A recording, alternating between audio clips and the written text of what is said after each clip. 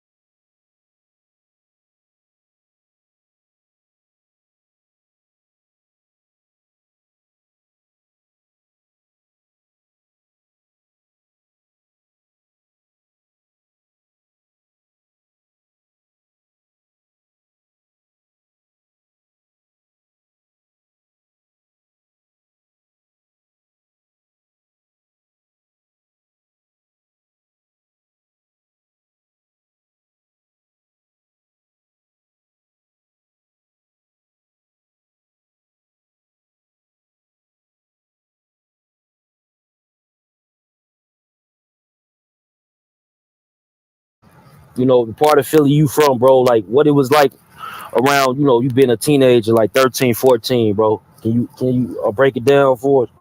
Yeah, all right. So, damn, hold up, bro. My bad. My truck just popped open. Give me 1 second. I'm sorry. My shit just popped open out of nowhere. Fuck.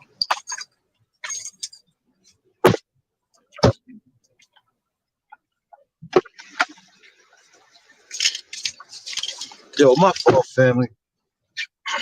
Yes, you there? No, yeah, no doubt. I'm gonna react. I'm gonna ask the question again. So, All right. you know, um, we like to take it back, try to get some questions that maybe some other interviewers might have missed. But take us back to what was Philly like at that time where you from, like when you about 13, 14 years old, man. You was a teenager. All right. So, in my situation at the age I'm at now, I'll be 45 this month. So we talking roughly me growing up as a teenager around 13. That was roughly around in the 90s, like roughly around 95, 94, 95, 96, in that era. You know what I mean? And it's weird because around that particular era, I remember real good. That's when, at my age, teenagers my age, that's when we started to really, really get into packing guns. Like the era before me, only the older niggas had guns. But but I remember being 15, 16, all my squad was buying guns, like off the crackheads, off anybody selling a gun. It was mandatory to have a gun. And that wasn't a normal thing. I ain't saying that was just in my neighborhood, just around the world.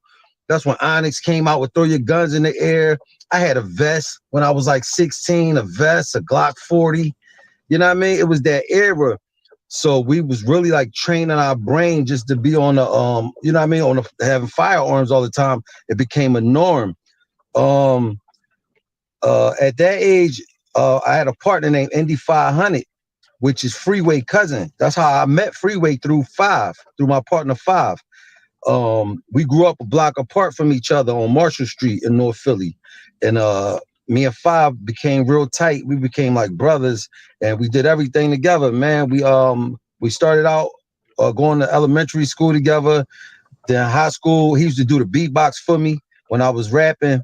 He was just doing the beatbox at the time. He wasn't even rapping yet.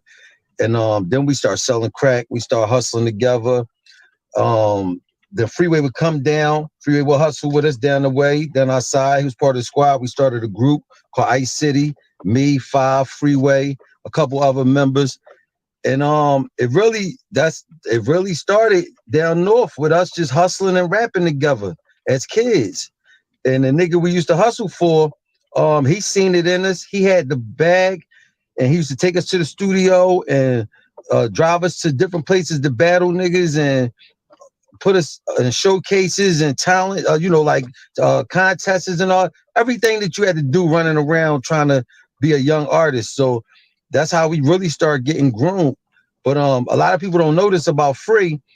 When I was a kid, when we was kids, when we was like when we was like 13, 14, before I even started letting people hear that I could rap, Freeway already had a video, a manager. When he was like 15, 16, he was like a child, little neighborhood celebrity around our hood. Real shit. And that really inspired me when I seen him coming around and seeing how confident he was. And I'm like, damn, this nigga got a video already. He had a song, a little dope song. They used to play his video on a little underground low budget station called Channel 48 in Philly. He was like a little star in the making. And yeah, that's how it all came about, man. We all just started rapping together, and the big homie who we was hustling for at the time, he was putting the money behind us and taking us places. And I believe that's what he really had a liking with Free a lot. He put a lot of effort into pushing Free. And that was only right because at the time, Free seemed like he was putting the most effort into the music and everything. I was just hustling and I could rap good, but I wasn't really interested in the business so much. I didn't believe that it could really happen. I just knew I was dope around the way, but Free wanted to get in the game, and that was like far-fetched in my eyes at the time. But the big homie seen it, and Free, he was learning a lot from Free. So he started pushing Free and putting it back behind Free, and I guess that's when Free ran into Beans. And that's how Free ended up, getting with Rocafella and got on 1-900 Hustler. And that was a major thing in our neighborhood because everybody in our hood, they knew that we was the ones. They was like, yo, Peedi, Peedi, and Freeway name Basil and my man Five. He's like, yo, y'all gonna do something. So when Free made it, we was all happy for him. And the whole hood, the whole North Philly was, because we all knew that something was gonna happen for one of us. You know what I'm saying? So, and was that the plan? Like when he gets like pretty much he gets signed to Rocafella State Property, right? And behind that song, the 1-900 Hustlers, right? yeah. And did he instantly come back and pick y'all up, or was it some time elapsed in between that? Now I'm gonna be honest with you. I don't be liking to do this because that's my brother. I love him, and I don't want people to get the wrong perception of him. But because I understand more now. Now I was offended back then, but he didn't come back for us at the time. But it wasn't that easy. I didn't realize that.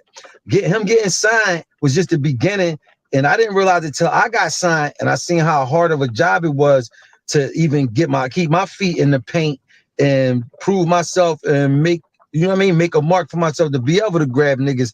He couldn't grab niggas yet, and I just was like mad at him, like, yo, like you just dipped on us, bro. I felt like that at the time. He didn't come back and grab us, and he didn't come back and like, it wasn't no alley-oop like I was expecting at the time. But I didn't realize until I got older, until I got in the game and understood, like, yo, it's not that easy, especially up there with Jay and Damon. You really got to focus on yourself, and you ain't got time for nothing else, because your feet you got 1 foot in and 1 foot out in the beginning like that. He wasn't freeway yet. He was just the nigga featured that could have went wrong. I'm saying nigga could have got the boot at any time up there. They giving niggas the boot quickly up there, daming them niggas at the time. So he didn't come back and grab niggas. I got on differently. I got on through Oschino and Sparks, ironically. Okay. And give us a little background on that relationship. Okay, so Oschino, people don't know this, but Oschino was like, I believe he was at Rocafella Records before anybody. I think he was there before Beans, I believe. Oschino was. And then he was in a group called ICH, I believe, and him and Sparks was in that group together. He brought Sparks up there, and they made them two a duo. So they up there as Oschino and Sparks, I believe their name was the Hitmen or something like that. So they was a group up there. Then Beans, and then the Young Guns and everybody started to come later, I believe. But this the thing. I run into in Philly. We was rapping and a cypher at some crib that all the hustlers be at the crib, and all niggas that could rap, we just throw some beat. We was rapping on and get it in. So it was me, Free, Oschino, and Sparks, and we just going bar for bar for like an hour straight. So I guess he kind of respected my pen, and he fucked with me. So I seen him on South Street one day, and he's like, "Oh shit, what's up, you boy that was rapping in the crib, right?" So yeah, it was good. So yo, I want to do a song with you. Give me your number. I gave him my number. He called me, and my peoples had a studio already set up, so I called him. I'll probably call him. I was like, yo, I got the studio set up. Come through. He come through. We do a song. Make a long story short, we do the song. He ended up putting Sparks on the song, and they take it up to Rocafella. Dame heard it. Dame like, yo, who is this little nigga on the song? They like, yo, that's some kid from Philly named Peedi. Dame like, yo, bring him up here. I want to meet him. So that went on for like a couple months. I never met him, but they just tell me like, yo, he love you, man. He want to see you, want to meet you. I'm still hustling down the way. Niggas have told me this type of shit all my life. I'm like, all right, let me know when the nigga not a meeting. Cause this shit don't seem realistic. So one day I called Sparks he out Miami. He like, yo, Crakk, we all in Miami right now. If you can get a flight up here, fly up here, and I'm gonna introduce you to the nigga Dane. So I called my managers and shit. I was like, yo, I just talked to the nigga Emilio Sparks. He told me to get a flight. I could stay up there with them. They got a condo. They're gonna introduce me to Dane. My man booked me a flight. I ain't never been on a plane before. It's my first time on a plane. I fly straight to Miami, Dolo, and go meet them niggas at the condo. We chilling, drinking. Later that night, everybody meet up at Circle House Studio. We all in there, playing pool, kicking it, listening to beats, and Dame come. He come, man, he walked straight up to me. He tapped me, like, yo, let me talk to you for a minute in the hallway. And I go in the hallway, and he just like, yo, that's you on that song? I said, yeah. He said, that's you Peedi Crakk? I said, yeah. He's like, I'm signing you. I said, all right. He's like, yo, you got a lawyer? I said, no. He said, get a lawyer. Take my number. And just walked away from me. And that was it. Oh, that's dope. That's dope. And like we hear about like the different people got different relationships when it comes to Damien Dash and as well as Beanie Sigel. Like going into that, that first year, what was your relationship like with these people? Oh, which one? We can start with Dame Dash. All right. In the beginning, it was great with Dame. He treated me. He showed a lot of favoritism to me, and he kind of pushed me to the forefront. Like I had just got there, I got signed, and that same month or two, he put my One for Peedi Crakk song on the Paid in Full soundtrack and shot the video for it. Like automatically, I'm popping. I just got there. You know what I'm saying? There's mad other niggas been sitting waiting for a video and a single. He put my shit on the soundtrack to the movie that's popping, and the video. Now the video circulating on BET and all that shit, and I'm automatically on Rocafella popping. And Dame just was he was dope, man. I didn't understand him in the beginning because I didn't understand shit, man. We was kids, and I wasn't even interested in the business aspect. I didn't have no respect for the business aspect. I was just completely on some artist shit. You know what I'm saying? On some young artist rap shit, and he was straight business. And I took a little offense to that how stern he was about shit sometimes. You know what I'm saying? But now I respect it. But the relationship was cool in the beginning, man. I appreciate him more now looking back than I did at the time. At the time, I didn't. We used to clash. We used to begin to clash after a while. I was just being immature. I wasn't appreciative of what he was doing for us. He was doing a lot for niggas, man. He's doing a lot for a lot of people at one time. It was crazy. Like it was definitely one of the best places I could have landed as far as with this rap shit in the beginning for me. I mean, to start off with, where he was a dope person, a boss to be with. You know what I mean? Dope. And that same question, like I want to ask you when it comes to Beanie Sigel, like Beanie Sigel that first year, like what was that relationship? And give us a little background on it. Well, all right. So when it come to Mac, man, we all was such fans of Mac, you know what I mean? And plus we from Philly, so at the time, this when Sigel first came out, The Truth, and all of that shit, you know what I'm saying? All of that crazy shit, all that shit with him and Hove, and so I'm so much of a fan. It took me a long time to really even get comfortable around this dude because I'm kind of like idolized. I kind of idolize this dude. You know what I'm saying? It's Sigel. I fuck with the bars, and then he just got this aura about him. You know what I'm saying? Like I call him on. You know what I mean? Because he's got this aura about him. A lot of people don't understand him from afar. If you don't know him personally, girls say he's disrespectful or this and that at the time. And he wasn't. You know what I'm saying? He was just stern, and he was just real protective. You know what I'm saying? So we just started to learn a whole nother side of Mac. And Mac was he's just an ill big homie. We fly places. If we in Cali, instead of us getting a bunch of different rooms, we'll get one big suite and we'll all be in there, and he'll just be cook. He'll cook for the whole squad, and just on some real big homie shit. And that's only people that will know him that way is the immediate fam. You know what I'm saying? Because people outside of the fam, they just got a bunch of negative shit to say about Mac. And I already know they just don't understand him. You know what I'm saying? But he definitely is an ill individual. And I'm still amazed at the way how he able to articulate words in verses and shit, because he don't write at all. He a real hood street nigga, but could be very articulate like a nigga that went to college. You know what I'm saying? There's still some shit he hit saying verses that I'll understand what it mean now. And I'm like, yo, how the fuck did he say that back then though? You know what I'm saying? How do you even know what that word, the definition of that word was? So anyway, this was a real interesting process. I'm gonna be honest with you, man. The whole experience is just priceless. I'm telling you, from beginning to even to up to now, it's something if it's something that you can't explain. You know what I'm saying? That experience is priceless. I don't regret anything. I wouldn't change anything. I wouldn't take nothing back. None of that. You know what I mean? No, I got you. And then like we hear about your like first everybody that's in the room right now, share this room. Let's get the shares up. Let them know that we got Peedi Crakk in the building, dope interview. We're gonna Right. allow a few people to ask a few questions when I'm done. So y'all stay tuned. But share the room.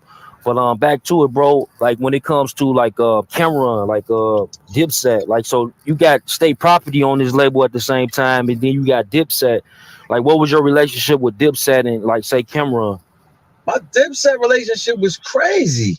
That's the thing. In the beginning, I'm always been a super Cameron fan since what was that? Sex, Drugs, and Entertainment, I think was that album. Yeah, the Yeah, first, sports, drug, the first. entertainment. Yeah, sports, Right. drug, entertainment. All right. So Sports, Drugs, Entertainment. Ever since that shit, I've been turned out on some Cam shit. 357, all of that shit. That's just my type of rapper. So when I would see him up there, I would always make sure I fuck with him. Like, yo, Killer, what's up? I need you on something, man. So anyway, I had the song One for Peedi Crakk, and he heard it. And when he heard it, he was like, yo, bring that up here. I'm put a verse on that.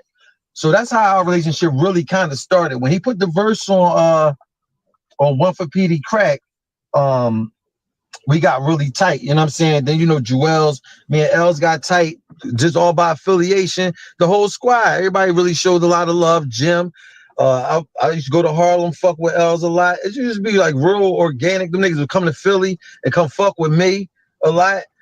And I don't know, I just really fuck with them niggas. Harlem and Philly niggas is a lot alike, but Brooklyn and Philly niggas a lot alike too. So that whole little trio of niggas was we kind of meshed good. I don't know what that situation about with Jay and Cam, but outside of that, we all had got along. Like all state property was good with Dipset.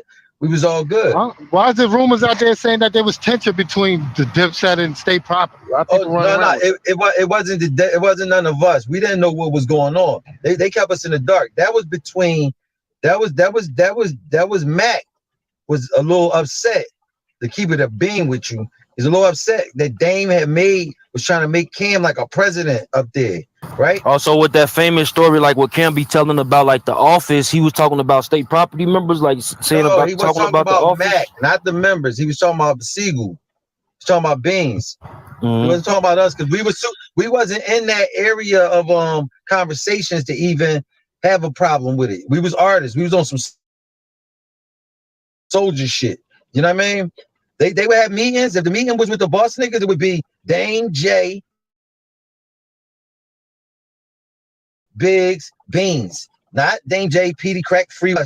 So we didn't know what was going on. So when them issues would come up, it would be amongst them. You know what I'm saying? So it wasn't state property. They probably say state property when they posted shit, but it was Mac. We wasn't even aware of the details of the issues at the time. You feel me? Yeah, I got you. And then like was it a back and forth with you and Tata? No, it wasn't a back and forth, man. Tata. That was a different situation. I had an issue. I didn't know it was Wine's wife, OG Wine. Me and her got in a little verbal altercation, and words were said. And then they told Jay. Jay called me about it. I said, all right, cool. He's like, yo, do me a favor, just apologize, man. It's a lady. I'm this and that. I said, all right, no problem. I didn't know it was the homie wife. I'll apologize. But I saw Ty, and Ty was not feeling that apology shit. He didn't give a fuck. I was like, yo, I'm gonna apologize. So he's like, yeah, fuck off. He wasn't trying to hear that shit. So for a minute, I had a little vendetta against Tata. Like, we had a conversation, but after that conversation, I always felt like I wanted to pay him back. And the funny shit was when I seen him again, I'm all up still in my feelings. And this nigga he wanted to talk to me about putting me on that record with Neo. He's like, yo, let me holler at you real quick. I want I got Ty after the altercation. Got you.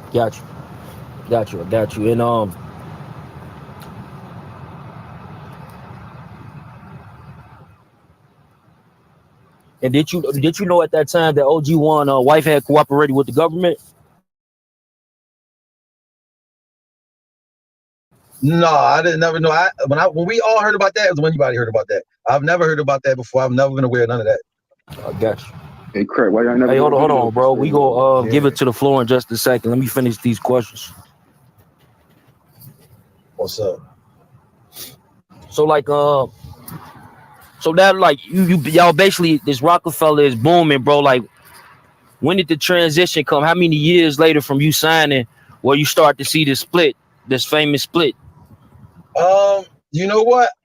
The ride was it was for a nice little grip. I think I got there in 02, and I think that shit happened in like 06. So I had a nice little 4-year run of a smooth sell on Rocafella, because besides you being a dope artist, just the rock stamp, you're gonna have a smooth sell through life. You know what I mean? Moving around out this joint. The shows, the hoes, you know what I mean? All of that shit was real sweet. So it was a good 4 years. And then I remember one day I was sitting waiting for them at a photo shoot for Rockaware. It was early in the morning, and I ran into Bleak, and Bleak pulled me to the side, yo, and I appreciate him for this too. And he's like, yo, you need to tighten up, bro. You got all your shit together. I'm like, what you talking about? He's like, yo, like hurry up, get an album out and bust your moves and everything. He said, yo, cause this shit about to be over, bro. I'm like, what the fuck is you talking about? Shit is great. Like, I'm loving the way it is right now. He like, nah, them niggas this shit about to get shut down. I'm like, oh, he's bugging. What is he talking about? And then slowly, more conversations start coming about. I'm like, oh, this is what Bleak was talking about. These niggas about to split this shit up. And it happened quick. Niggas really split that shit up. They sent Lenny S down here to Philly and told us, like, yo, Jay, you know what I'm saying, letting everybody go. Everybody can go. The contracts is void. And it was just like that. It was just one day, just easy like that. You think that, like, was that a good thing? Yeah, that's what I was about to ask you. Like, was that a good thing? I was happy. For me, it was. I don't know how anybody else had felt, but for me, there's around the time I had a lot of records out, and I was still a new artist. My album didn't drop yet. The anticipation for the album was high. I was at a nice place, a whole nother check, whole new situation. Mad niggas was calling my lawyer companies trying to have meetings. So it was great. But I ended up staying with Jay, even after the breakup. The breakup was there. I was sitting for like a month or two. And then my lawyer ran into Jay Peoples, set the meeting up, and I had a meeting with Jay one night. And that's when he became the president of Def Jam. And we talked for like 15, 20 minutes. He's like, yo, I'm the president of this shit. If you want to stay here. I got your contract here. You can stay here and finish out what you started. I said, yeah, I'd rather stay here with you. I don't know what the fuck. I'm more comfortable that I know you, and I will hope that you got a little better interest for me than some new motherfucker that I don't even know. I got to get accustomed to a new building. So I just like, yo, and who would want to stay with Jay? You know what I'm saying? So I just stayed with Jay, and it's good I stayed with Jay. That's how I record. And it's just a better look for me. Right. Like, was there some tension though after that decision though? Like when it came to the label mates, was there some tension you choosing to go with Jay-Z?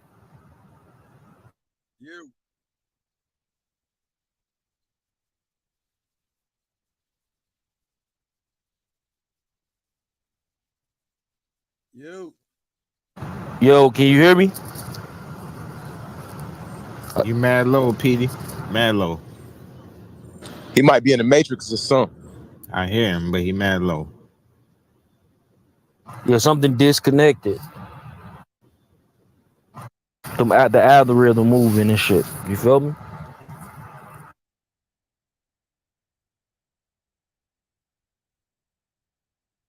And just in case y'all don't know, we gonna have Freeway up here too soon too. Volume up button. If you push the volume up button. Like he cut niggas off and he wasn't talking. The young guys and Free and all of them, they still going up New York. Do not disturb. He can push if he push the volume. Yo, You getting that call from Jay-Z, and Jay-Z had went to Def Jam after the split. He the president, and he like, do you want to come over here, stay over here with us? And you decided to stay with Jay-Z. And I was asking you, did you have any like backlash? Like, what was your label mates? What was their thoughts on that decision? nobody really had a problem with that. I can't remember anybody having an issue with me staying with Jay. For the most part, nigga, everybody out the squad was still cool with Jay. The relationships were still there. It's like when they broke up, it didn't mean it that like he cut niggas off and he wasn't talking. The young guys and Free and all of them, they still was going up New York to parties and going to the office even after the breakup, still fucking with Jay. So nobody had nothing to say. I think, yeah, I never experienced nobody having an issue. I got you. And like just moving forward into like now into the future, where like a few years ago I know there was some tension between you and Oschino Oschino and as far as Beanie Sigel. Did y'all ever get that situated? I don't know what situation you're talking about with me and Oschino and Beans. Yeah, wasn't it like you were saying that? Two separate situations. Okay. O and Beans had an issue, right? First, that was separate, and then recently, Oschino had an issue with me, for not coming to his son's funeral. His audio messed up again. We about to fix it. Is it me or his phone mad low? His phone's low. Yo, Crack, your phone low. Your phone got Crack. Yo, Peedi. I learned how to channel. He probably got us on speaker. You there? Yeah, we here. Definitely can bring jog back what we were saying and the conversation. All right, I'm here. Yo, my bad, bro. Yeah, so like you said, it was two different situations with you and O and Beanie Sigel. Can you go with the Beanie Sigel situation first? I can't, because I really don't know that situation with between them two. I don't know the details of it to speak on it. I'm saying, like, did you have one or no? You didn't have Nah, one. Okay. Like I said, it wasn't a situation. Nah. All right, got you. And then with the old situation, like recently you said about his son's funeral, did y'all resolve that? Can you explain that? Yeah, like I said, we didn't resolve it, but I said like I learned with maturity lately that you gotta, everything ain't gotta be handled with aggression and battle, especially when it's some people like between me and him that come from the same squad like that. So when I first heard that his anger about it, I didn't even get upset because I totally understand. whether it's right, whether he right or wrong, and about the details of it. But still, the man lost his son, so you know what I mean. I couldn't imagine that as far as with my kids, so I couldn't understand. I can understand where his head may be at. So I feel I'll just give him some time, you know what I'm saying? And God willing, we get to talk about it or not, you know what I'm saying? But I'm not even tripping about it. So I wouldn't call that a situation because it's both parties ain't on that. I'm not even tripping. You know what I mean? I just feel for him, you know what I mean? Yeah, it's a sad situation. And you know what I'm saying? He's going through a lot right now. That's all I can contribute that to. You know what I mean? So he might be expressing himself all different kind of ways, man. Can't nobody say what they would do. I can't because I've never been in that situation. So yeah, it's Oh, not an dope, issue, bro. man. It's more so just he's suffering a bad time in his life. You know what I'm saying? So I'm mature enough to understand that. You know what I mean? No, we respect your maturity for sure, bro. That was dope. And like, you know, moving forward into now, like what you got going on now before we let people ask a few questions. What do you have planned on? Like you any album being released? Any Yeah, features that we should look for? yeah. So I've been away from the scene for a while. Now I've been recording a lot though. I'm always gonna record, man. I can't stop. I've been writing and rhyming and recording since I was 12. So it would be almost impossible for me to lie for me to sit here and say like I ain't doing it right now. I just haven't been releasing the music because this is the thing. Throughout the years, uh, I've always had somebody to handle the business for me, and you know I had management and all of that. And it was a time for that when you a young artist and all you doing is just rapping. I mean, you the artist. But we all older now, and we've experienced so much and learned so much. I can't make myself just chill and just be an artist and have a manager and all of that. I am the manager, and I am the brand. I'm the brand, and it's my company. You know what I'm saying? So I need to take time to learn all of these things so I could go in full force. You know what I mean, and do it to the fullest. So I had to take time off and just learn the game, and that was important to me because if I don't know what I'm doing, I'm not going to do it. I know what I'm doing musically, but if I don't know what I'm doing business wise, I just don't feel comfortable jumping out there, and I don't know where the direction of my business going and where the finances is going and everything. I need to know all of that. So I'd rather sacrifice the time to learn and then jump back in strong. So that's what I've been doing these past years, and I'm glad I took that time off. And so now we're gonna try our hand back at it. I got a lot of heat in the stash. I got 3 EPs. I got a thing that I was doing for the past year since I got on called Crack Files. I went up to part 5, but me and my man Ant Live, he just recently passed from cancer, God rest his soul. But we got back together and was able to do part 6. He recently passed like a month ago, and we had just finished R.I.P. completing. I appreciate it, and we just completed the part 6. So I got the part 6 in the stash. And then my man DR Period, you know, the nigga who made How About Some Hardcore and Annie Up and all of that. Brownsville producer, super producer. We've been working. Our AC, he got the studio out there. We've been working on the EP. We got that finished. I got like 4 EPs in an album in the stash. So I'm in the process of just getting all my promotion and all my strategies for marketing and promoting down pack and just start bombing. So it's basically what's going on. I got music on the way, basically. Did his son try to pass you any beats? Whose son? DR Period. His son Zay. Nah, but he played something for me from him, though. But nah, he didn't try to slide me nothing, no. But he did play me something, though. Yeah, he be on here. He on here. Shit. That's what's up. Shout out to the little homie. Yeah, I heard a drink from him, though. I liked it. All right. Yeah, man. Hey, before I give it to the floor, hey Ghost, Reg, y'all got any questions? I got a couple of people that did send me a message that they want to ask a question, so I just wanted to shout them out real quick. Go ahead. Yeah, I got one question for you. Ghost, I got a question when you're ready. Hold on, Ghost, go ahead. Yeah, I got one question for you, Peedi. Knowing what you do know now about Desiree Perez, would you be able to work with Rocafella, knowing what you know about her if she was still the CEO? Would I be able to work with Rocafella if I know about the to be honest with you, She not the CEO of Rocafella.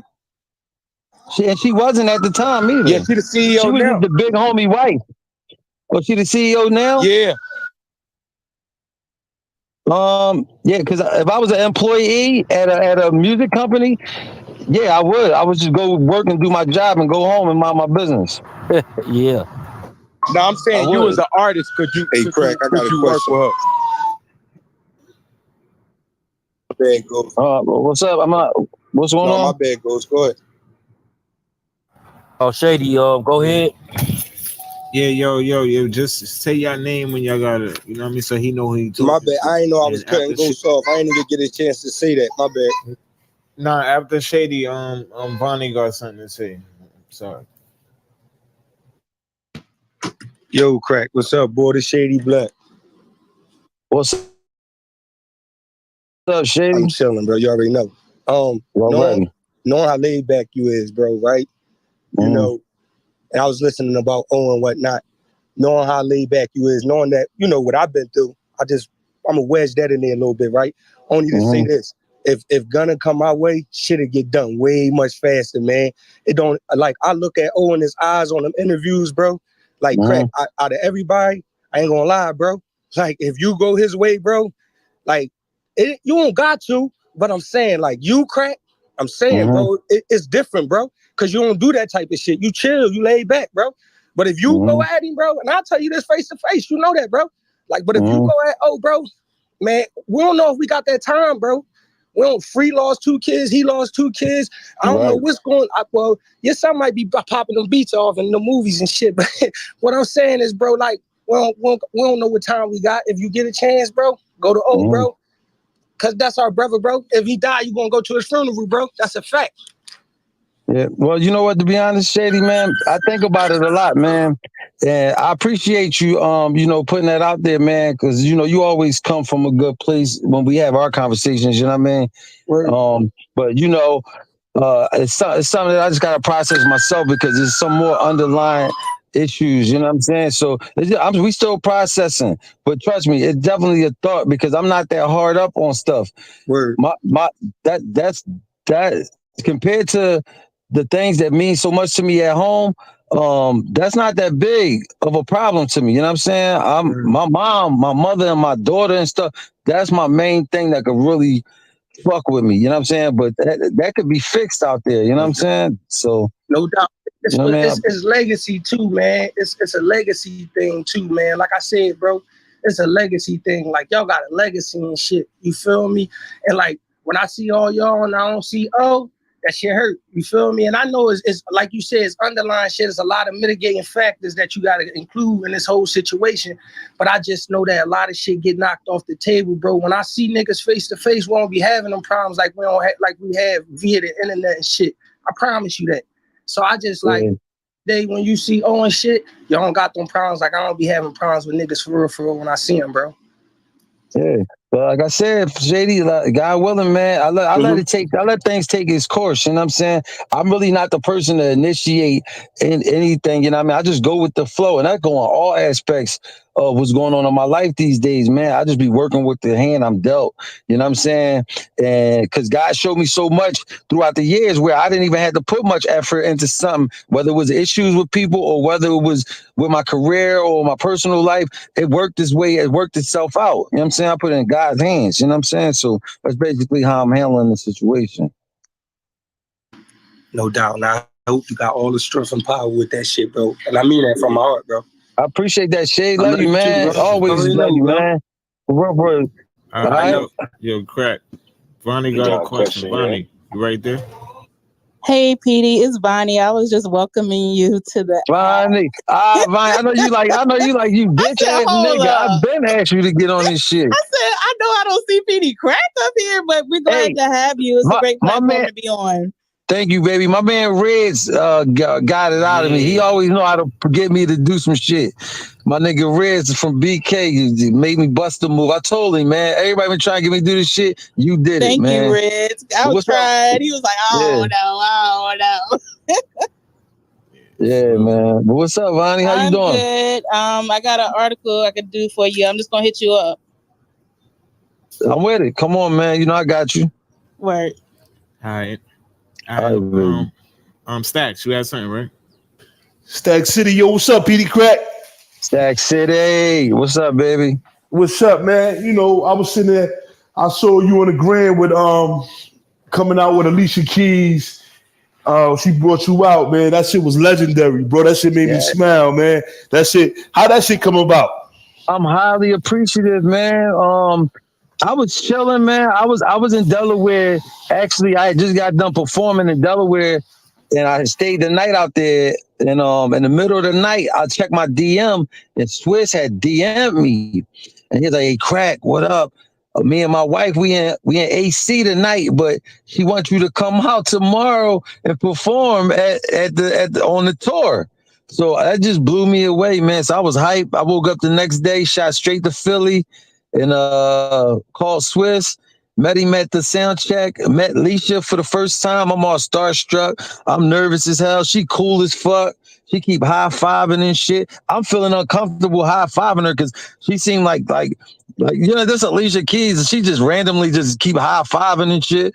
I'm feeling awkward, but it was dope, man. They wanted me to do one for Peedi Crakk, which I didn't expect. I thought they was gonna want me to do the flip side or the Neo song, but she wanted the grimy shit. She wanted the street shit. And that was just mind-blowing, man. That was just a real dope opportunity and situation. That was legendary. That was legendary, yo. Yeah. But we putting They that shit said a lot.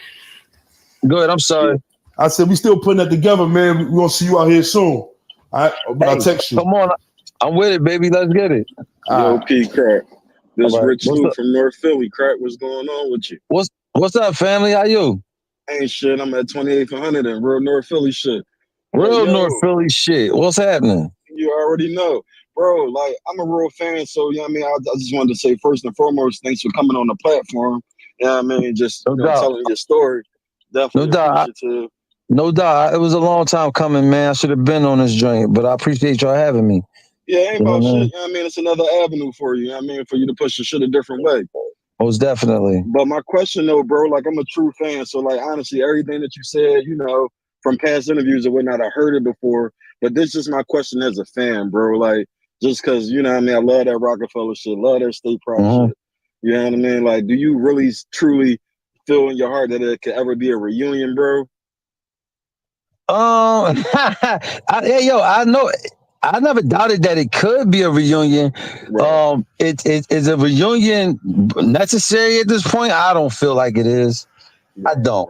It has been some though. See, check it out. No. We always want to reunite and do the shows. You mean a reunion like a new album, right? And all of that. I mean, no, not even that, Crack. Just meaning like we reunite every summer. Yeah, you talking about Oschino.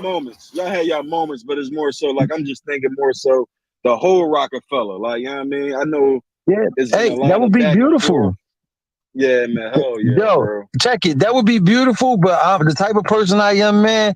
I'm like a lone wolf, man. I kind of take things for what it's worth and appreciate them. But you got to keep it rolling because tomorrow is a new day, and then another opportunity coming. I don't really like to backtrack. You know what I mean? Even though I know we got the love for the history of the shit, and it was such a dope time for us, and it's hard to let it go, but I'm really good at letting shit go, bro. I like moving on. You know what I'm saying? Moving forward. I think I learned that shit from you, man. Real shit.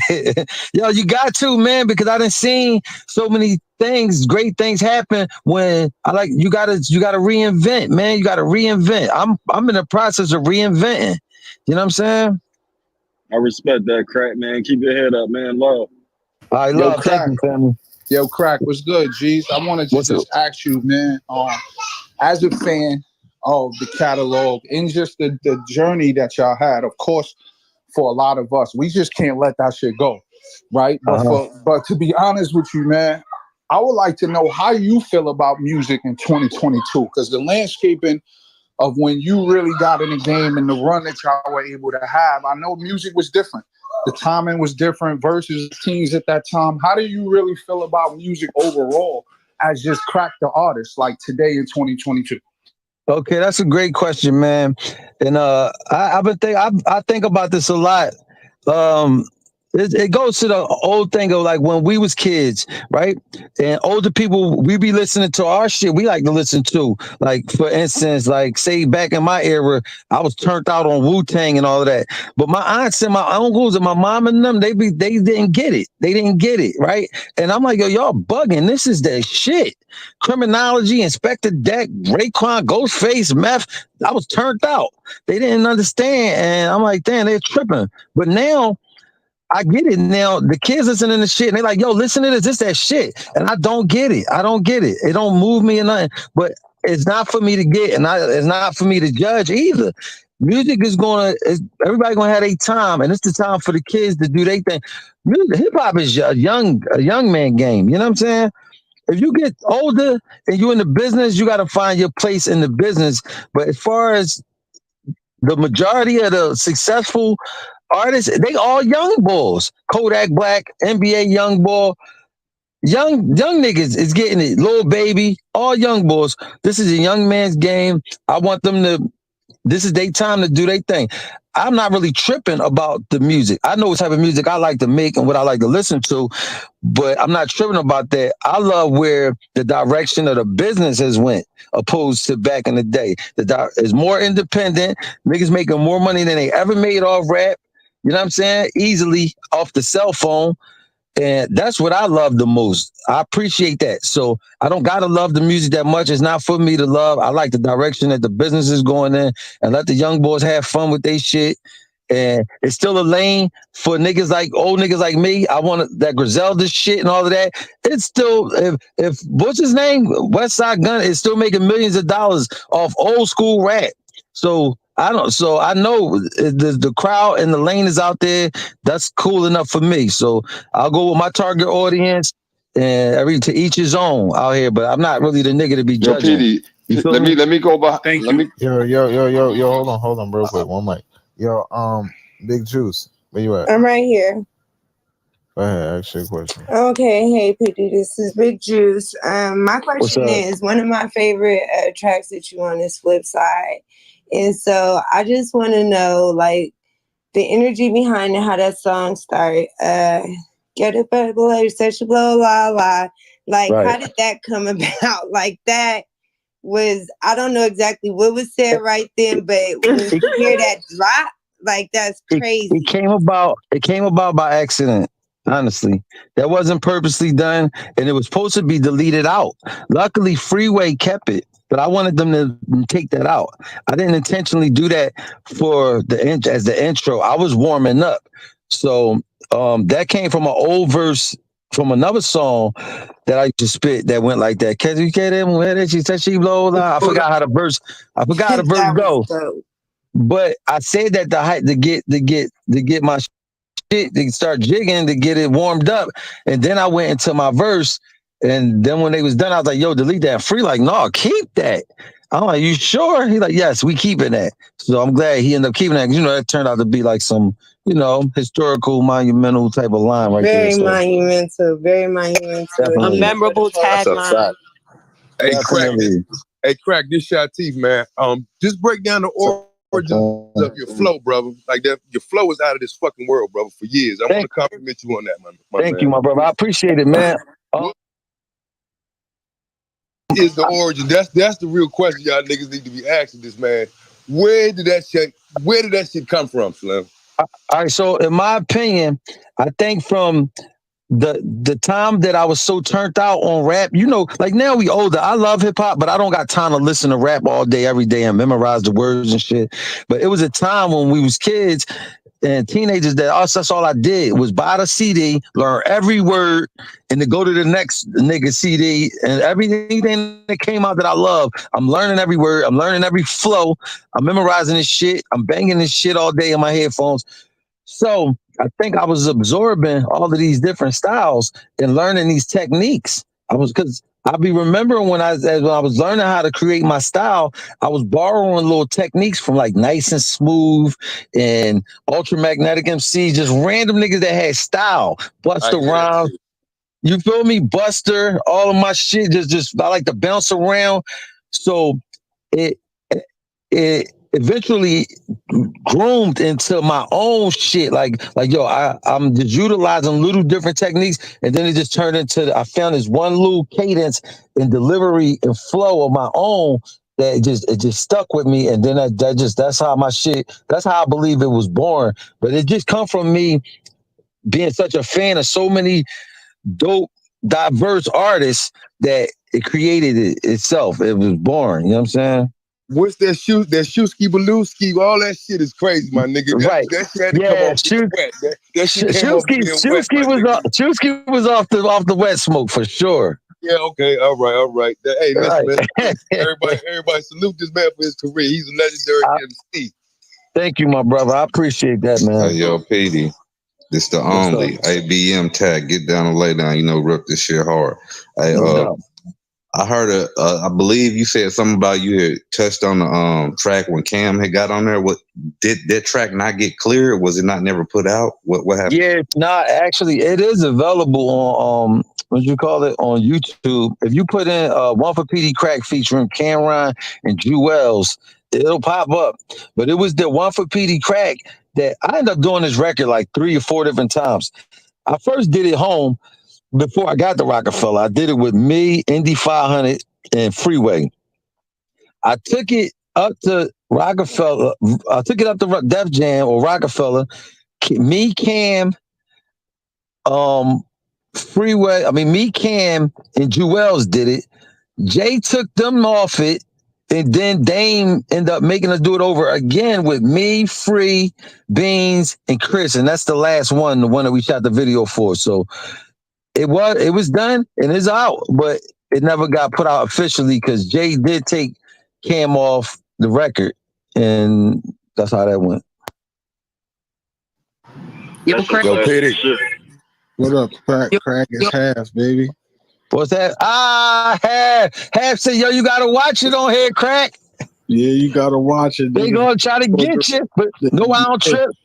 I don't trip because I state the facts only. That's why I don't trip about me saying anything. I ain't gonna say nothing too crazy, and I ain't never gonna say a lie. Yeah, you know I ain't gonna let nothing happen to you up here. Once I seen Shady, I knew Shady was gonna make sure you was good. But yo, so niggas want to know, bro. Like, is you reaching back in the hood? Like, what artists from the city you working with? Like, who you pushing right now? What? Who can we look forward to coming from? Yeah, it's one person in particular. And there's a lot of artists that I've been having my eyes on. There's a kid named Dope Boy. I keep trying to find this kid. He got a lot of dope shit on the gram. I reached out to him, but he hard to really grasp. I got to grip him and take him to the stool, but he crazy. Nigga Dope Boy. But my main artist I'm working with hands-on is my man Shy Skip from North. I got about 6-7 songs with Shice right now. So shout out my brother Shy Skip. He been going hard. He one of the nicest. I'm a fan of this nigga since the first time I ever heard him. And I just got with him and we just been rocking ever since. So, you know, that's how that's going down. Shy Skip. He on all the projects. He on the Crack File, the new Crack File. Huh? Hey, Crack. If you get a chance, check out Cartel Gunner. He from over your side, bro.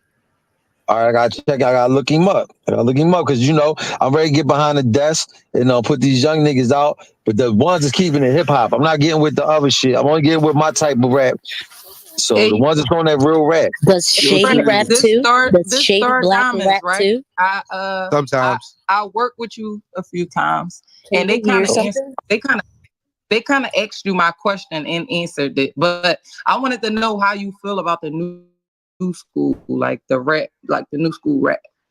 Yeah, I did answer that. I said that it's not really for me to go, but personally, I really don't listen to it, to be honest with you. Now sometimes some of it is fun, and if I'm drunk and we in a club and the beat bopping, I'm like, I like this joint, but I'm not really tripping about rap right now. I'll only be listening to myself, to be honest. My new shit, making sure I'm sharp. You know what I mean? Yeah. Yo, Peedi. What's up? Yo, Peedi, salute. This is Tito, man. I'm in the city, man. What's up, family? I want to give you your flowers, Brody. I followed your career. Your whole career, I was locked up for the whole career and shit, but that whole legendary line, that shit was all over the jail. Nigga was definitely jacking that whole state property and up north, New York and shit. Niggas definitely was tuned in. And I'm glad. I like the way you speak too, because I ain't never really heard you speak. Like, I always seen the artist side of you, man. So you carry yourself very well, though. So I really appreciate that, man. I'll be 45 this year, man. So, you had to grow up at some point, you know what I mean? Get out of that mentality. I got to take responsibility for myself. I got kids, you know what I'm saying? That's the whole a fact. Legacy. You feel That's me? a fact. Yo, I want to ask you a question, right? I used to read the Kite magazine, and there was an article. I think it was in the Kite magazine. They was saying that they was comparing Meek's flow to your flow. You ever heard of that rumor? Yeah, I hear that all the time. Not on no shady man. shit. Not on no shady shit. No. I hear that a lot. Yeah. I hear that a lot, but I think it's just, man. I think it's a mixture of two things. I believe it's a Philly thing, possibly, and then the other thing is that when I first came out, I was like 24. Meek probably was about like 15, 16. He grew up listening to us, so it's only right if he's inspired. That's fine. That's beautiful. You know what I'm saying? No. Yeah, that's dope. And y'all got like 25 songs, like 30 songs. We got a lot, but we don't got that many. Me and me got like 8 songs we did together. But beforehand, I think he was just inspired by it, and that's only right, and that's cool. So if you hear a little crack in him, that's what's up. I'm happy. That's a pat on the back. Yeah, that's dope. That's fire shit, man. That's how it's supposed to be, more or less. So you already know, man. I'm off this, man. Respect, man. Pleasure to speak to you, homie. Thank you, my brother.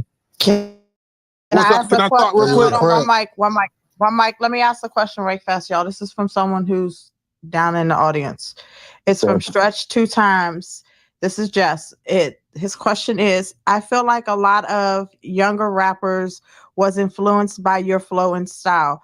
The one that sticks out to me is Meek. Have y'all ever done any music together, or would you love to do? That's what you just asked. Never mind. Yeah, we did a lot of Yeah. records together though. In the early Yeah, stage, we just got a lot of drinks.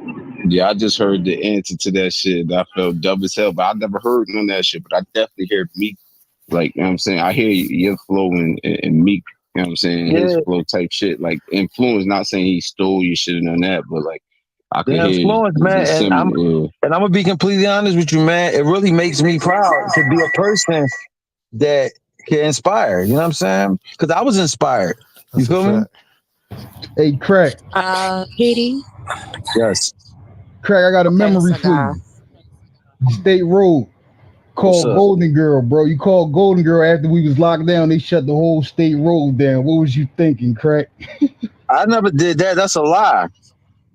We heard it on the radio. Hold on. You mean I called her from the jail while I was in jail? Yeah. Nah, I never used a phone. I never called her from jail on my daughter, my nigga. That's a lie.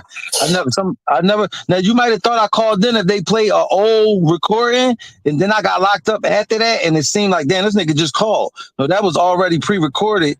But I never used a phone in jail other than, the phone to call home. I never called Golden Girl from jail. Oh yeah, they blame the whole shutdown on you. They locked the whole State Road down. Said you called Golden Girl after hours. Nah, I don't remember that though. But I would have remembered that if I got the jail locked down and I was there, I would have remembered that. But hey, man, a lot of jail stories. I be hearing a lot of stuff, but that didn't happen, no, bro. Yo, P, this Franny from Philly.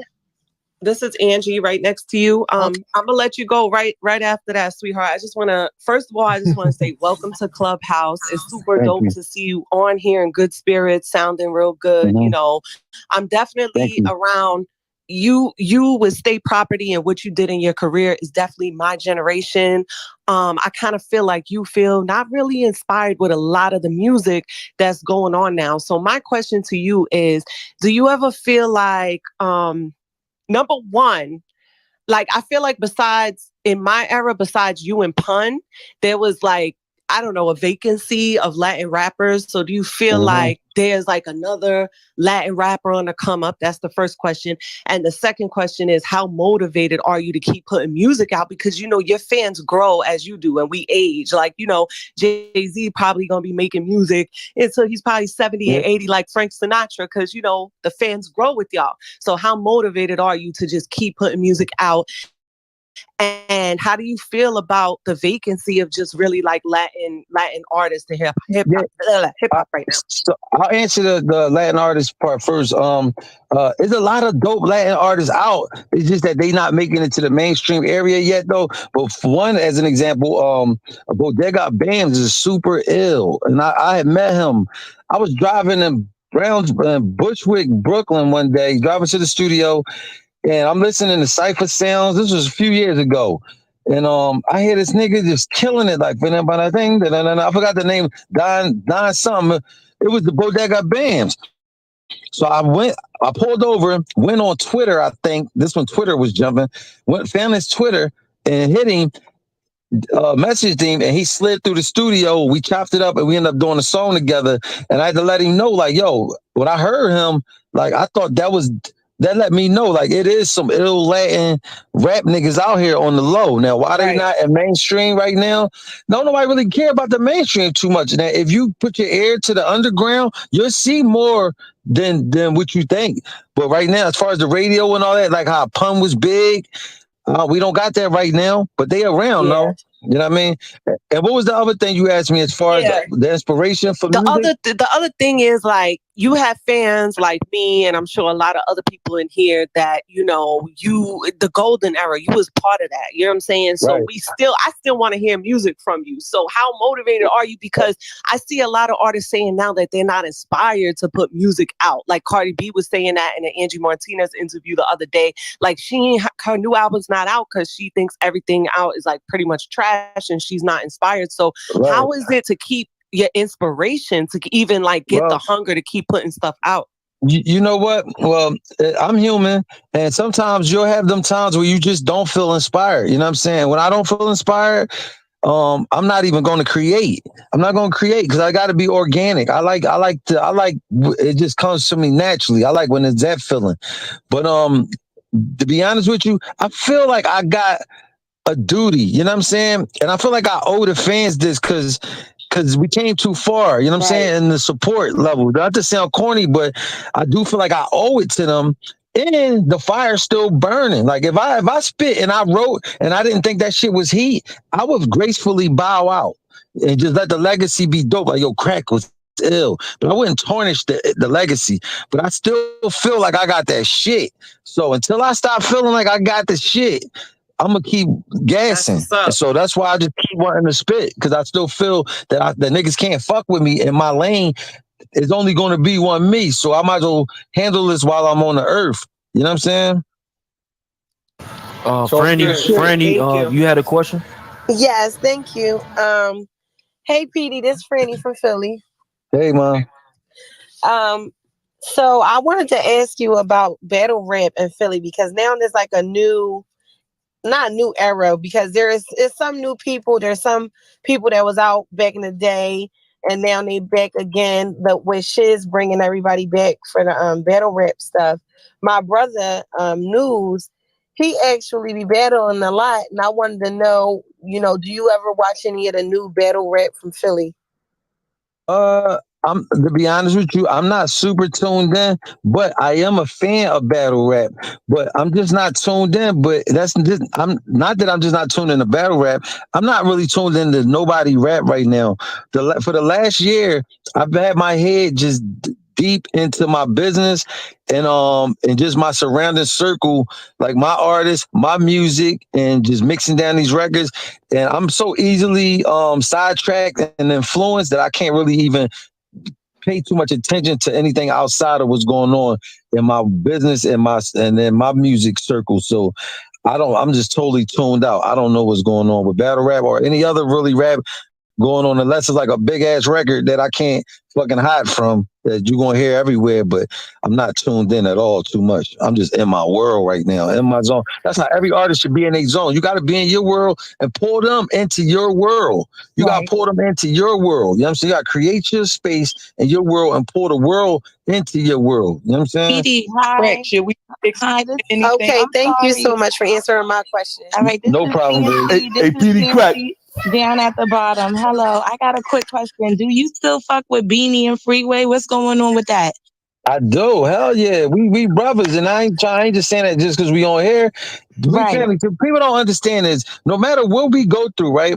We've been around each other for the last 20 years. We was total strangers, but we've been around the world. When I met them, we ended up traveling the world together and just accomplishing so much stuff together. We owe that respect to each other.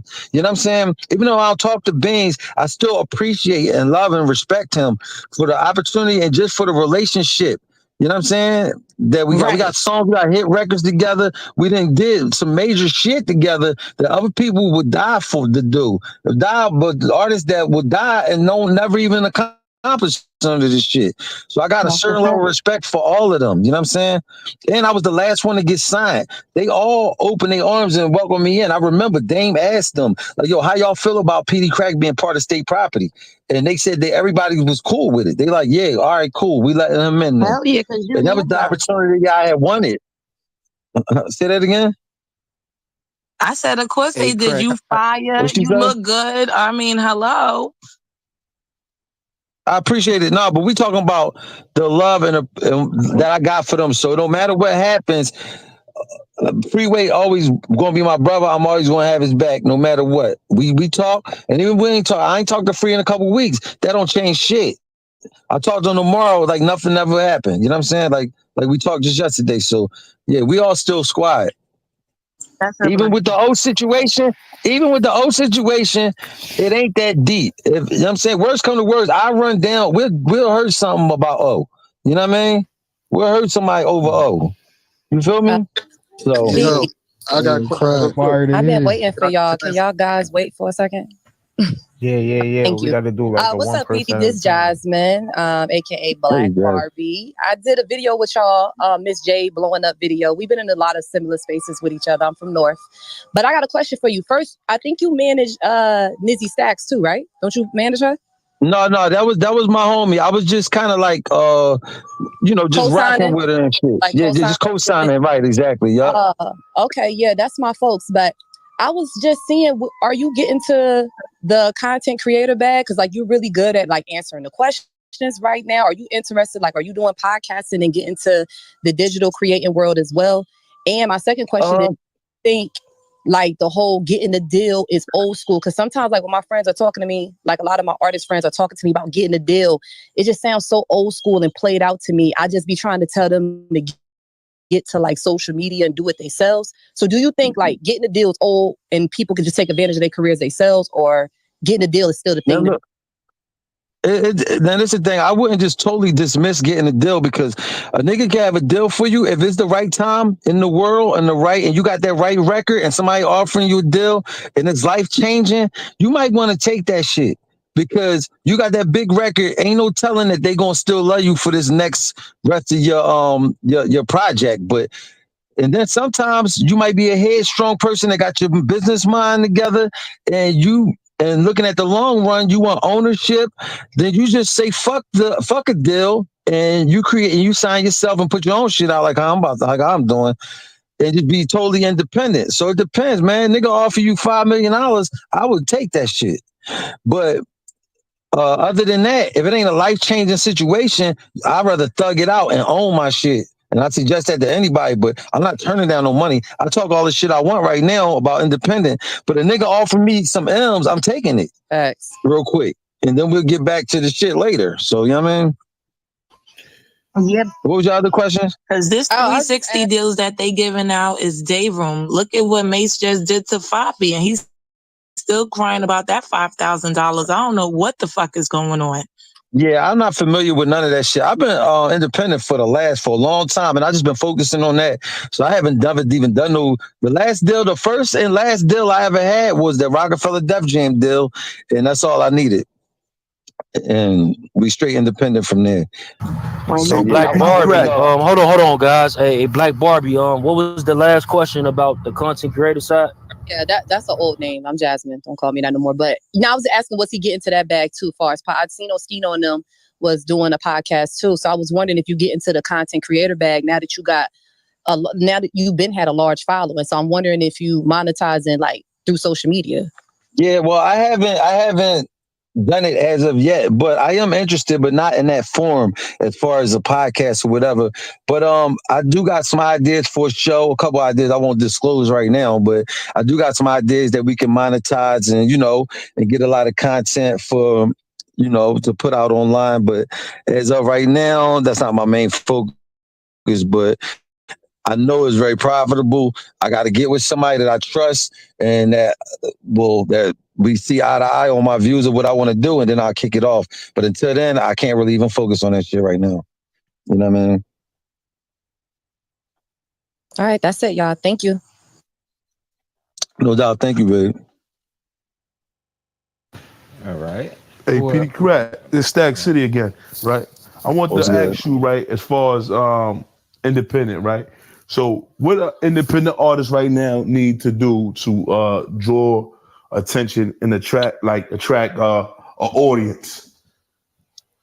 As far as I'm gonna tell you from my personal preference, this is not really a business suggestion. It's just from me being a fan and from how I recognize artists. Just consistency. Online consistently. I see you one time, all right, cool. I don't really recognize you like that. I see you 2 times, I'm like, all right, I kind of remember you. But if I keep seeing you throughout the whole summer and you done dropped about 10 videos, I'm gonna like one of them shits. One of them songs gonna hit. And now I know your name, and you know what I mean? You gotta beat the door down. So I say consistency, man. Consistency. You never know, man. Straight up. The wackest nigga can be consistent and bust a move. Trash.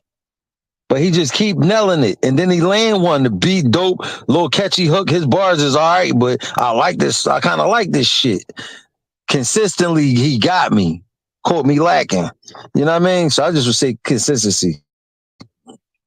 Y'all hear that right? That's hey, one mic. Y'all heard that right? Hey, that's the same exact thing that DJ Sus said to y'all the other day whenever he was asked basically the same question. So those are y'all that want to get on, they want to do something, they want to make something, don't stop. Keep showing up, keep giving that shit out. Hey, Craig, Shout out DJ Sus One. Shout out to DJ Sus One. I got a question for all the non-Spanish speaking individuals on this platform. In the song with Neo, you said you like a lean, baby. What you saying? All right, so real quick, all right, so check it. I thought of that. All right, so when I did that record, Tata took me to the studio in Times Square, right, and left me there with Guru. So I'm in there writing, and I hear the beat, but I'm trying to, I got to talk to the ladies. So I'm like, damn, but I like to keep it real heartfelt because that's how this is. When I'm writing something for the ladies, I'm not writing it like in a fake manner. I'm writing it like as if I was really talking to a chick right there. And I got to be real with her because I know they're going to respect the real. Because if I say some fake corny shit, that's just look corny and a real bitch going to see like, oh, this corny ass nigga. So I think the same way. I think the same way with the bars. So I thought of my aunt when I was a kid. She said she used to take me to get these water ices called lean bays.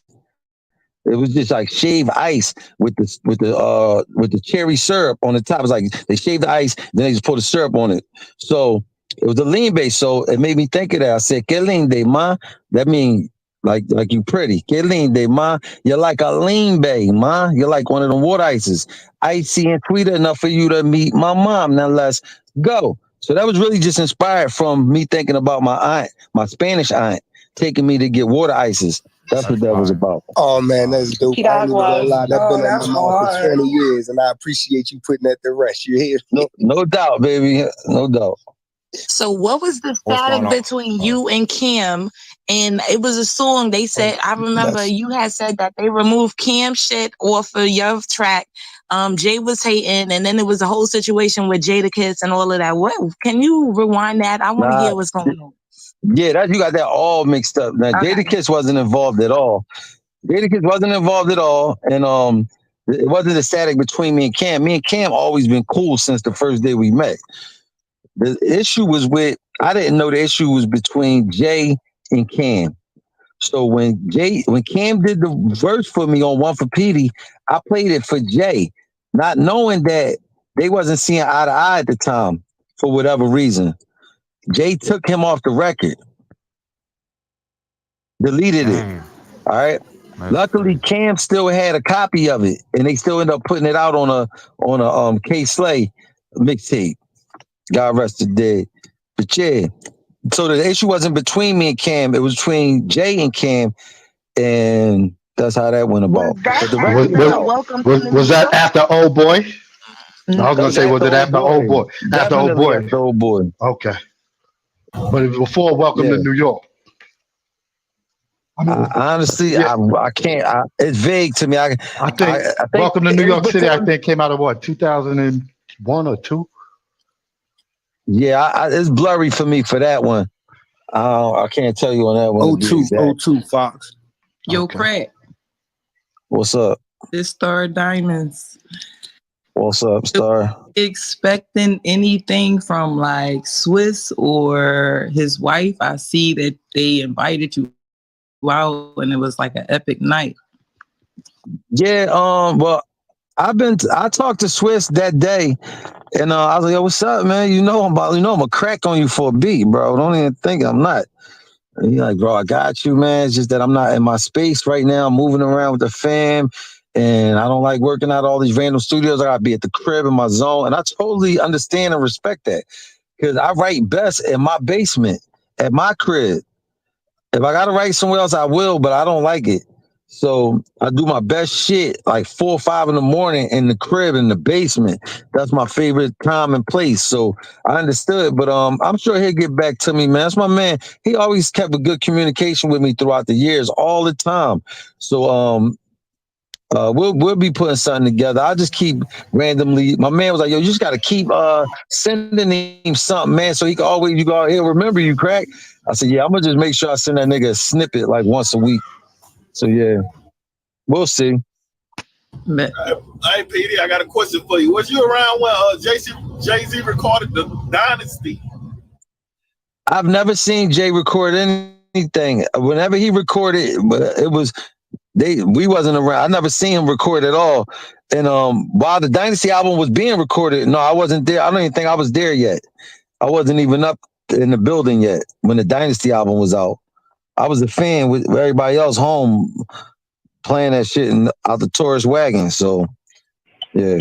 I got a question for you, Craig. This is Rich Lou from North Philly again. What's up, bro? This is more so like a Philly question. You know how we is at home, bro. But just on the strength that you mentioned it a little bit, obviously, me connection with Jay and all that, so forth and so on. Since, obviously he's seen y'all blueprint. How do you feel as though he carrying it? Being as though he got a chance to see y'all blueprint with it. You think I just wanted to know your opinion. That's all. And just my opinion, man. Right. I mean, because he's seeing it, Crack. He's seeing, that's from the outside looking in. He's seeing how shit went down. He's seeing, you know what I mean? Me personally, I would have played it different, but I just was curious about your opinion. That's all, bro. I'm gonna be honest with you, not to go into detail, but I don't I know you gotta totally keep it PC to a certain extent. Yeah. I don't totally agree with everything how he be carrying shit, but in his defense, it ain't easy, bro. It ain't easy, and he made it to such a level that it got to be even way rougher and worse of a lifestyle in the business. You know what I'm saying? So before you pass judgment on anybody, you couldn't even imagine being in that man's shoes, and you can't say I would do this or do that. You ain't gonna do that because you ain't in that position.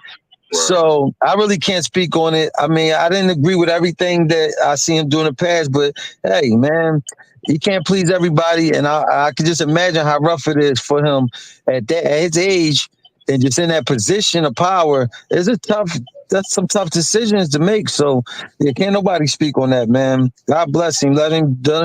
He found in his way how he gonna do the shit. That's how I like it. When I do my shit, let me do it the way I want to. I can look in the mirror and I'll sleep better that way. I'm not doing shit to please niggas. So I take my hat off.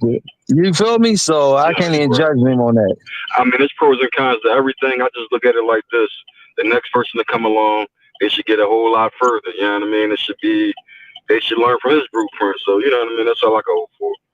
Yo, Peedi, I got a question. Without getting explicit, right? What is the craziest thing a fan has ever done to get next to you when you guys were at your prime in Rocafella? What was like the crazy? It could be a female fan. You don't have to go into like explicit details, but from what you can remember, what is the craziest thing? To get next? What you mean get next? To meet y'all, or maybe to try to holla at you, or keep it real, because they was crazy back then. The fans and stuff. So it was before social media. Like, what was the craziest thing you could remember? Well, I don't know how crazy this is, but on the Rock the Mic tour, it was these two girls that would follow us. We had a tour bus, and they would follow us state to state. Wow. For South Carolina. Yo, they follow state to state, and they used to follow so much that I would be expecting to see them. I was like, yo, watch these chicks be here. And when we get to the hotel, right in the lobby, they already there. So we had some situations, man. But there's so many stories, though. Like, and you said to not get explicit. It's hard to tell a story without, because the shit get explicit. Listen, if you want to get explicit, go ahead. But I was just trying to, have a little bit of privacy for you. Yeah, I appreciate that. No, I'll just keep that at that. I ain't gonna get crazy on about that. Okay. Hey, Peedi, it's 2 times, bro. I got a question. What's up? Outside of music, if music never cracked off for you, did you have any other dreams, sports, art, like any other type of dreams that you know what I'm saying? What would you think you would be doing if you didn't do the music thing?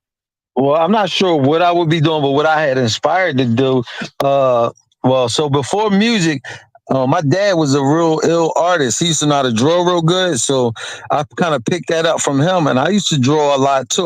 That was before I started rapping. Once I started rapping, I kind of stopped with the art, because I used to go to like art camp and all of that. Like, I was heavy on it. I completely stopped. Once I started writing and recording, I completely stopped drawing. But I always also, alongside of when I started rapping, I always wanted to act. And I used to practice and like make little short scripts when I was young and look and practice in the mirror. I wanted to be an actor. So I possibly would have went to the acting field, but I don't know how easy, because it was easier to get into rap because rap was everywhere. Acting, if you don't have no strong support or nobody putting you in an acting school at that age, or you ain't going to a theater or something, it would be rough for a kid my age to get into acting. But rapping was on every corner. It was easy for me to go get in a cipher and just test my skills, and you know what I'm saying, and get my craft right. So do you ever think about tapping back into those now that you know what I'm saying, solidified in the music shit? Like, you ever think about tapping back into those fields? Well, sometimes I think about the art thing, but I've been so far detached from art. And then I tried a couple times to draw again, and I just didn't grab me like it used to. Like, I used to really be locked in like for hours, just like really into a portrait, and I can't get back into that zone. But with acting, I still got a little hunger in me to act. I actually, right now, I've been writing a script to an independent film for the last couple years. I was just talking to my man DR Period about us shooting it. So I will be getting into the acting thing, because that's something that I think I'm really talented at, as far as writing, directing, and acting. I really enjoy all 3 of those aspects of it. So I think I will be getting into that soon. I just want to get the bag up so my shit won't be extra low budget. You know what I mean? I gotta be able to fuck up like 100 on that thing. You know what I mean? Or no, I think you'll be decent at acting shit too, bro. So salute to you, bro. Thank you, my brother. What's going on, Peedi Crakk, man? Nice to meet you, man. Shout out to Different Cloud Chaser for definitely bringing you in the building, man. And salute to your career, your success, and everything that you've done to be able to add to instead of take away. You know what I'm saying? So I definitely appreciate that. I wasn't sure. Well, DJ Swag, I'm not sure if you called my name, but I wasn't sure if they touched on this situation. But how do you feel with the whole situation going down with, you know, you going from Pedro Tequila to Peedi Crakk and Fat Joe having an issue with your name and him saying that he had Peedi Crakk first? Yeah, you mean that he had Joey Crakk first? Well, Joey Crakk. Uh-huh. Well, you're right. My name was initially Pedro Tequila, and I didn't choose to call myself Peedi Crakk. I had said it in a line back in the day when I was Pedro Tequila. I said something like they used to call me Peedi Crakk, like Benny Blanco, referring to Benny Blanco from the Bronx, from Carlito's Way. Once I said that line, the song that I said it in became like a little neighborhood, little anthem around my hood back in the day. And everybody would be like, "Hey, Peedi Crakk." Then my homies would all just call me Cracko, and then it just broke down to Crack. So now it sounded like Peedi Crakk, sounded like Joey Crack, but it wasn't initially, that wasn't the plan, but that's how it happened. So now Joey Crack, Fat Joe, I grew up as the big homie, listening to music, listening to Terror Squad, Pun, Cuban Link, you know what I mean? Admiring them in the rap game. And it kind of saddens me when I hear Joe was upset with me about that, because I didn't mean any disrespect towards him, you know what I'm saying? Ain't got nothing but love and respect for him. But he got kind of upset that my name Peedi Crakk. I don't know what to tell him about that, because it is what it is at this point, but it wasn't intended, you know what I'm saying, as any disrespect towards him and nothing like that. Still got love for him. He definitely an OG in the game, pioneer, you know what I'm saying? Put it down. When I was a kid, I used to run home from school to catch the You Got Flow Joe video, you know what I'm saying? So ain't nothing but love and respect for him there, you know what I mean? Hopefully one day I can get to meet him and we'll talk. I've never met him before in person, you know what I'm saying? What happened to Pedro Tequila? I'm back to Pedro Tequila. I'm glad you brought that up. I was just talking to my man. In these new recent verses, you'll hear I say Pedro Tequila in almost every verse. I'm almost going back to Pedro Tequila. I'm kind of getting over the Peedi Crakk shit. I'm kind of tired of it a little bit. I wanna change clothes, man. So I think I'm gonna go to Pedro Tequila, man. Put me in a different mindset. It put me in that old crack bag, you know what I mean? So we might go back to Pedro Tequila, man. That's what it's feeling like right now. I'm walking the line trying to figure out what I want to do, but I think I should do it. Appreciate that. Thank you, man. And continue to do your thing, man. Continue to thrive and continue to be a success in the industry, bro. Thank you, Stay safe out fam. there too. Thank you, family. Hey, Ro, may I ask a question, please? This is AK. All right. Hey, Pedro. First of all, it's an honor to share stage with you. Thanks to all the mods for holding this space. I have always been a fan of yours and State's Property. My question is, coming from the poet side, there's always this argument that rap is poetry and that it's not poetry. What are your thoughts on that? And do you think that rappers and poets can share the same stage and be unified as one? My personal opinion, poetry is poetry. Hip hop and rap is a whole different ball game. Now, rap is poetic and melodic, but poetry is poetry. There's a certain texture, a certain delivery when it comes to poetry, a certain format for poetry.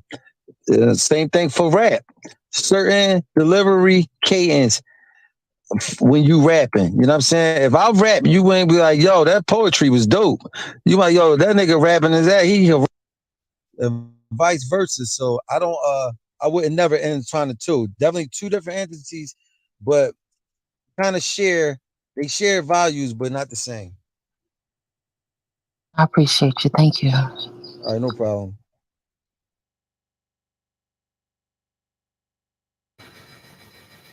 Yo, Crack. Yo, good looking, bro, for pulling up. Yeah, we about to end this. Any y'all got any more questions before we end this?